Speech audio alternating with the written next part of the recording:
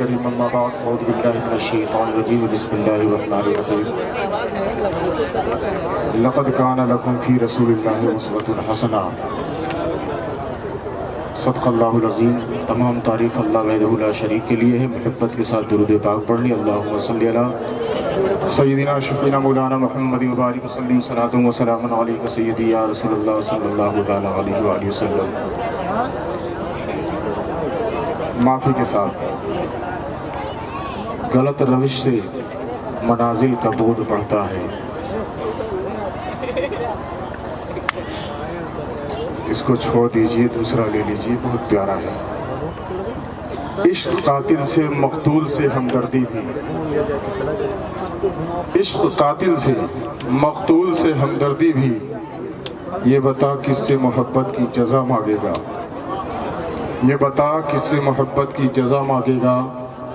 سجدہ خالق کو ابلیس سے یارانہ بھی، سجدہ خالق ابلیس سے یارانہ بھی، حشر میں کس سے عبادت کا صلہ مانگے گا، حشر میں کس سے عبادت کا صلہ مانگے گا۔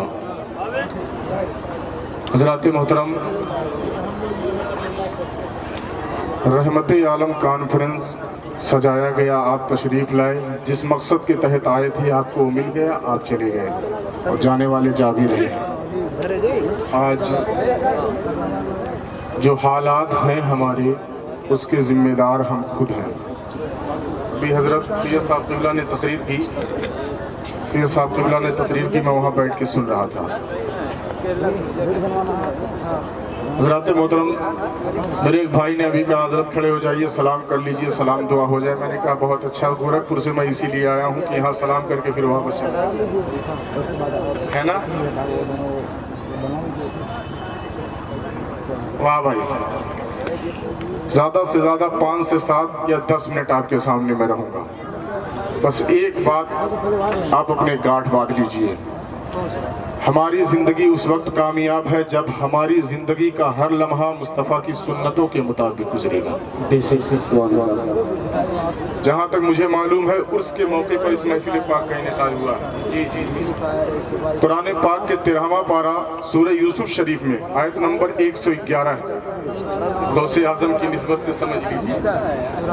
آیت نمبر 111 پر اللہ تبارک تعالیٰ ارشاد فرماتا ہے لَقَدْ كَانَ فِي قَصَصِهِمْ عِبْرَةٌ لِأُولِي الْأَلْبَابِ۔ آسان سا ترجمہ اس کا یہ ہے کہ تحقیق کی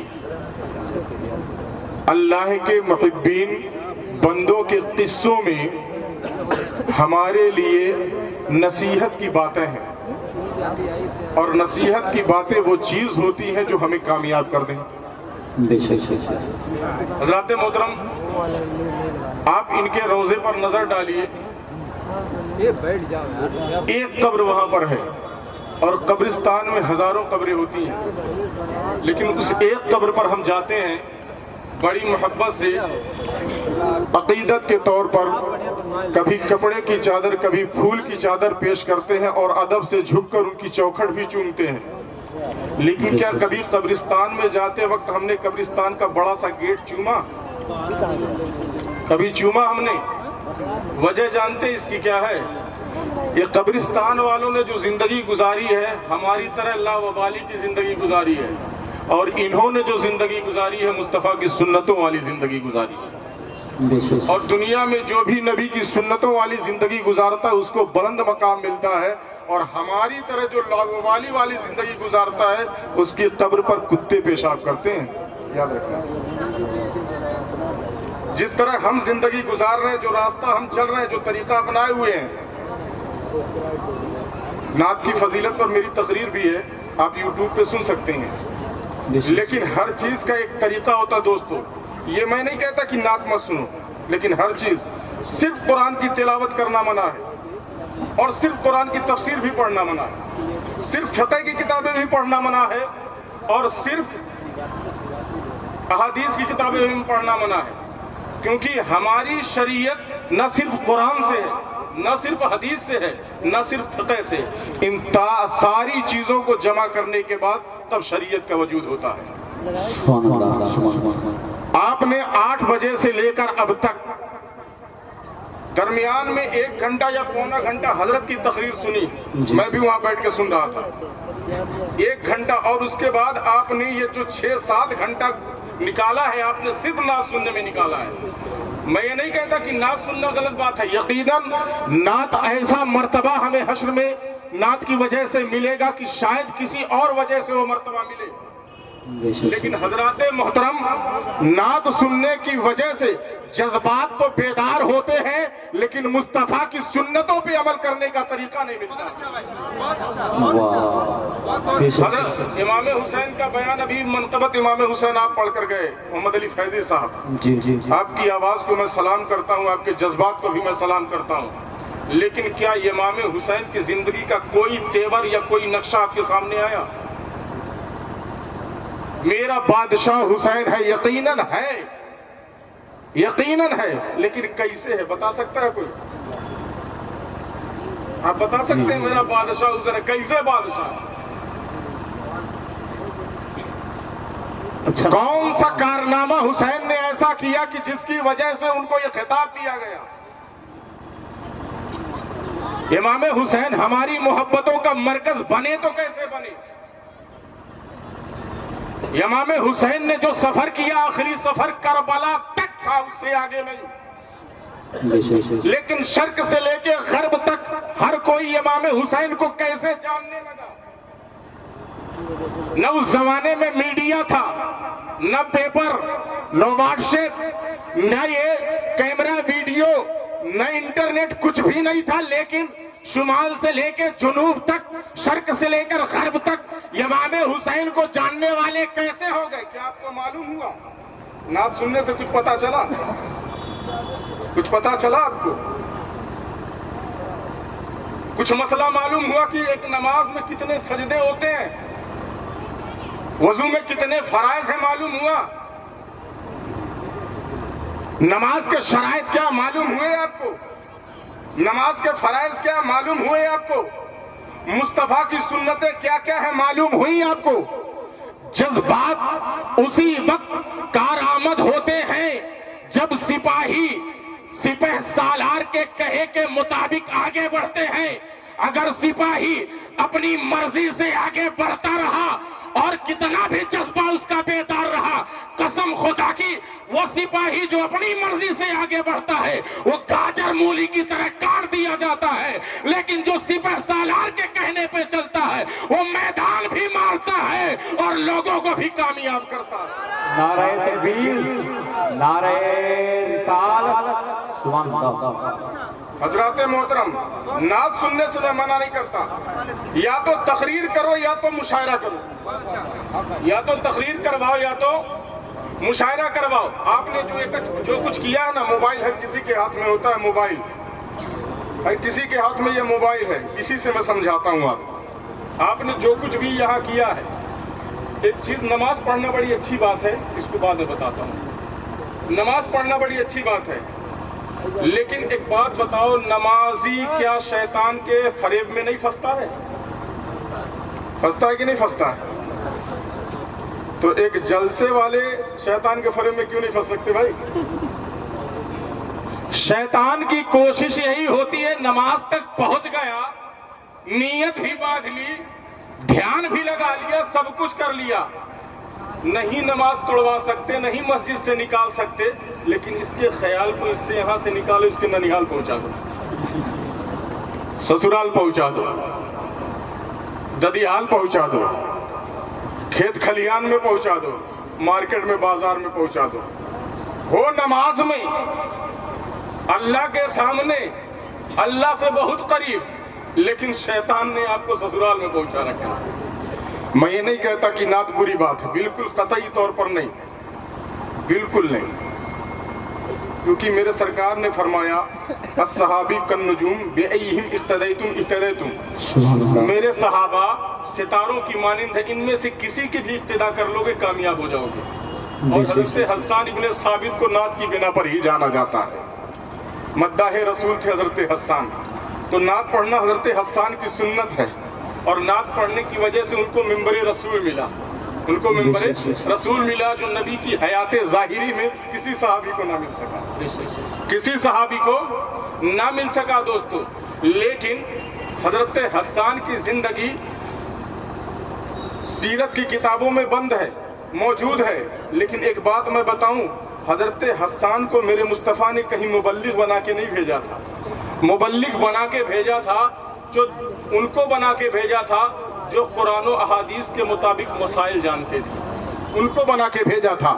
وہ لوگوں کے پاس جاتے تھے، لوگوں کو مسائل بتاتے تھے، اور جب کوئی بندہ مسئلہ سیکھتا ہے، سیرت کی باتیں جانتا ہے، اتہاس کی باتیں جانتا ہے، تو وہ سچا اور پکا مسلمان نبی کا عاشق بنتا ہے۔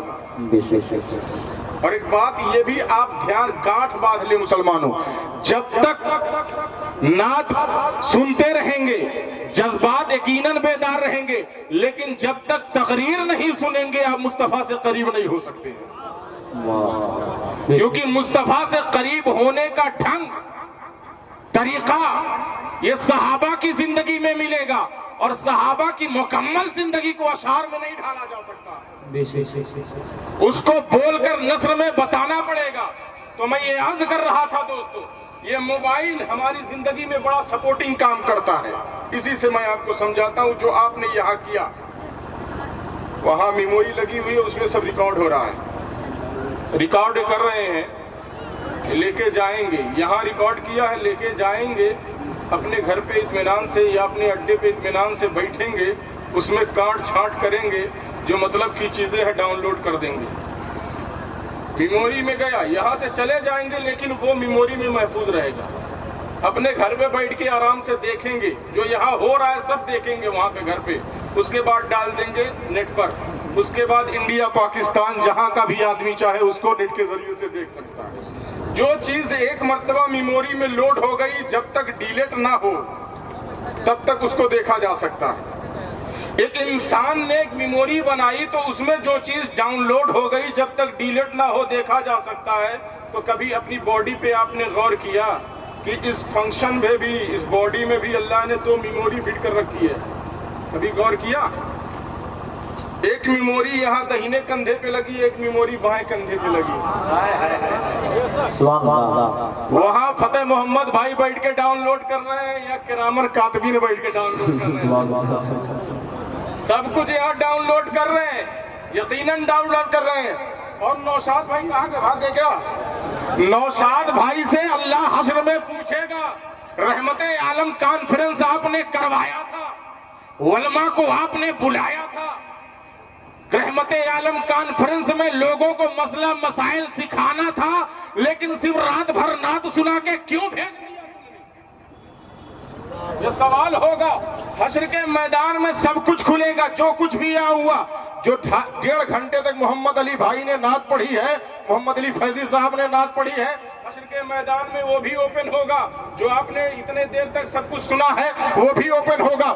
آپ کہو گے مولانا یہ کہاں ہے، تو میں کوئی بات ادھر ادھر سے نہیں، ڈائریکٹ قرآن سے بولتا ہوں۔ قرآن پاک اٹھاؤ، قرآن پاک کا 30واں پارہ ہے، سورہ زلزال شریف ہے، اور زلزال شریف کی آیت نمبر 7 ہے 8 ہے۔ اللہ تبارک و تعالیٰ قرآن پاک میں ارشاد فرماتا ہے، فَمَن يَعْمَلْ مِثْقَالَ ذَرَّةٍ خَيْرًا يَرَهُ وَمَن يَعْمَلْ مِثْقَالَ ذَرَّةٍ شَرًّا يَرَهُ۔ اے میرے بندو، ذرہ برابر اگر دنیا میں تم نیکی کر کے آؤ گے تو تمہیں حشر کے میدان میں دکھایا جائے گا، اور ذرہ برابر برائی کر کے آؤ گے تو تمہیں دکھایا جائے گا۔ قسم خدا کی کپتان گنج کے مسلمانوں، آپ نے جو یہاں پر کیا ہے، جو کچھ بھی ہوا ہے، کل حشر کے میدان میں آپ کو دکھایا جائے گا کہ 8 بجے سے لے کر 1:30 بجے رات تک آپ نے صرف نعت سنی تھی۔ یہ دکھایا جائے گا آپ کو، یہ دکھایا جائے گا آپ کو، اور یہ بھی پوچھا جائے گا کہ جب وہاں علماء موجود تھے، نبی کی شان بتانے والے موجود تھے، قرآن کی آیتوں کو بتانے والے موجود تھے، نبی کی سنتوں کو بتانے والے موجود تھے، نبی کی حدیثوں کو سنانے والے موجود تھے، فاطمہ کی زندگی کو بتانے والے موجود تھے، صحابہ کی زندگی کا تیور سامنے رکھنے والے موجود تھے، حسنین کریمین کی زندگی کا نچوڑ سامنے رکھنے والے موجود تھے۔ تو تم نے رات بھر نعت کے اصولی مصطفیٰ کی زندگی کے قصے کیوں نہیں ملاحظہ کیے؟ تم نے نماز کا طریقہ کیوں نہیں سیکھا؟ رمضان تمہارے سر پر تھا، رمضان کے بارے میں کیوں نہیں پوچھا؟ کیوں نہیں سننے سمجھنے کی کوشش کی؟ کیوں نہیں جاننے کی کوشش کی کہ نماز روزے میں کتنے فرائض ہیں، روزے میں کتنے واجبات ہمیں کرنے ہیں، روزے کے مہینے میں کون کون سا کام ہمیں کرنا ہے؟ یہ تم نے کیوں نہیں سیکھنے کی کوشش کی؟ تو مسلمانوں برا مت ماننا، آج ہمارا ہر فعل چاہے شریعت کا ہو یا غیر شریعت کا ہو ایسا ہو گیا ہے جس کو حشر کے میدان میں دیکھنے کے بعد ہماری زبان سے ایک جملہ نکلنے والا ہے، اس جملے کو بھی اللہ تبارک و تعالیٰ نے قرآن پاک میں ہمارے حوالے سے بیان کیا ہے۔ وہ جملہ ہے کہاں؟ قرآن پاک کا 30واں ہی پارہ ہے، سورہ نبا شریف ہے، اور سورہ نبا شریف کی آیت نمبر 40 ہے۔ اللہ تبارک و تعالیٰ ارشاد فرماتا ہے یوم ينظر المرء ما قدمت یداہ ویقول الکافر یا لیتنی کنت ترابا۔ اللہ فرماتا ہے جب حشر کے میدان میں جو ہمارے ہاتھوں نے آگے بھیجا ہے، جو ہمارے عمل نے آگے بھیجا ہے، جب اس کو دیکھیں گے اور ساتھ ساتھ میں کافر بھی کہے گا یا لیتنی کنت ترابا، کاش میں مٹی ہو جاتا، کیونکہ ہمارا ہر عمل چاہے نماز ہو، چاہے روزہ ہو، چاہے حج ہو، چاہے زکوٰۃ ہو، چاہے محفل میلاد ہو، چاہے کانفرنس ہو، چاہے ہم نعت سنتے ہو، تو ہم شریعت کے اعتبار سے نہیں سنتے ہیں، طبیعت کے اعتبار سے سنتے ہیں، اور ہر وہ کام ہماری زندگی کا جو طبیعت کے اعتبار سے ہے وہ مردود ہے، اور جو شریعت کے اعتبار سے وہی محبوب ہے جو شریعت کے اعتبار سے ہے، اور جو طبیعت کے اعتبار سے ہے وہ مردود ہے وہ کام۔ حضرات محترم، تو ہمیں جو کام کرنا ہوگا شریعت کے اعتبار سے کرنا ہوگا، تو جب حشر کے میدان میں